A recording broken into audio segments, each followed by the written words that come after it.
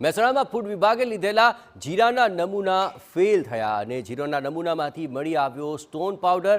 પટેલ ભાર્ગવ પીના જીરાના નમૂનામાંથી આ stone powder મળી આવ્યો.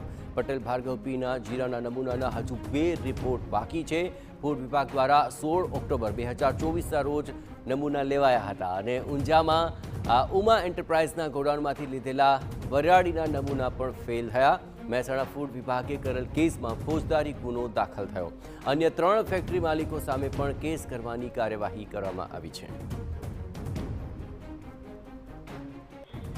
વધુ વિગતે વાત કરવા જોડાઈ રહ્યા છે ટીવી9 સંવાદદાતા મનીષ, આખરે લોકોના આરોગ્ય સાથે આ ચેડા થવાનો મોટો કિસ્સો સામે આવ્યો છે. શું કાર્યવાહી?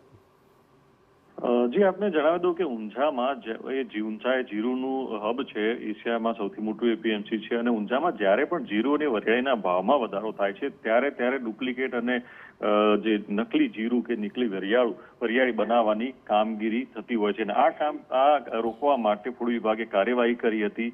જેમાં 2023થી લઈને 24માં જે કાર્યવાહી કરવામાં આવી તેમાંથી કેટલાક સેમ્પલ ના રિપોર્ટ આવી ગયા છે. તેમાં ફેલ થતા એના વિરુદ્ધ કોર્ટમાં કાર્યવાહી કરવામાં આવી છે.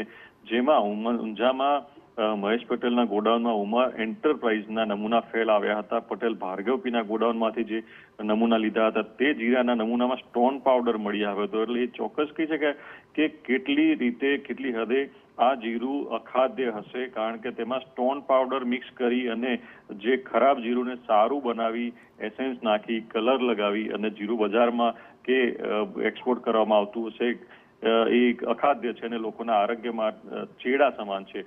ત્યારે આ પ્રકારના અલગ અલગ જે કેસો છે જેમાં કેટલાક રિપોર્ટ બાકી છે, કેટલાકમાં ફોજદારી ગુનો પણ દાખલ થયો છે અને 4 જેટલા કેસ પણ નોંધાયા છે. એટલે કે 2023થી લઈને 24માં જેટલા સેમ્પલ લેવાયા હતા તેના ઉપર ફૂડ વિભાગે લાખ કરી છે. જી બિલકુલ, આભાર મનીષ. તમામ ગતિવિધિઓ પર આપ નજર રાખતા રહેજો. તો સ્ટોન પાવડર અને એસેન્સ અને કલર ઉમેરીને જીરું વેચવાનો આ પર્દાફાશ થયો.